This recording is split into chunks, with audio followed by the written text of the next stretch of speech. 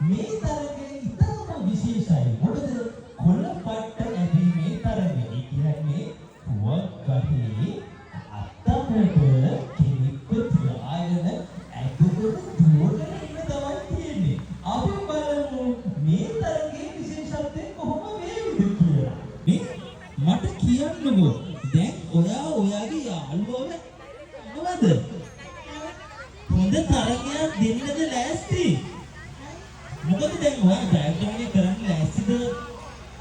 මේ ඔයාට බය නැද්ද දැන් ඔබි වාඩි වෙලා යන්න? අන්න හොඳ. එහෙනම් හරි ලෑස්ති නේද? ඉතින් ඔන්න ඔයත් ලෑස්ති නේද? හරි. එහෙනම් ඔන්න අපි කොළපට්ට ඇදීමේ තරගය අපි පටන් ගන්නයි යන්නේ. ඉතින් තාමත්ම ලස්සන තරගයක්.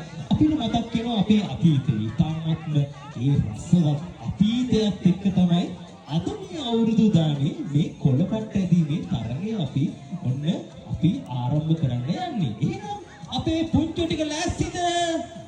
ලෑස්තිද?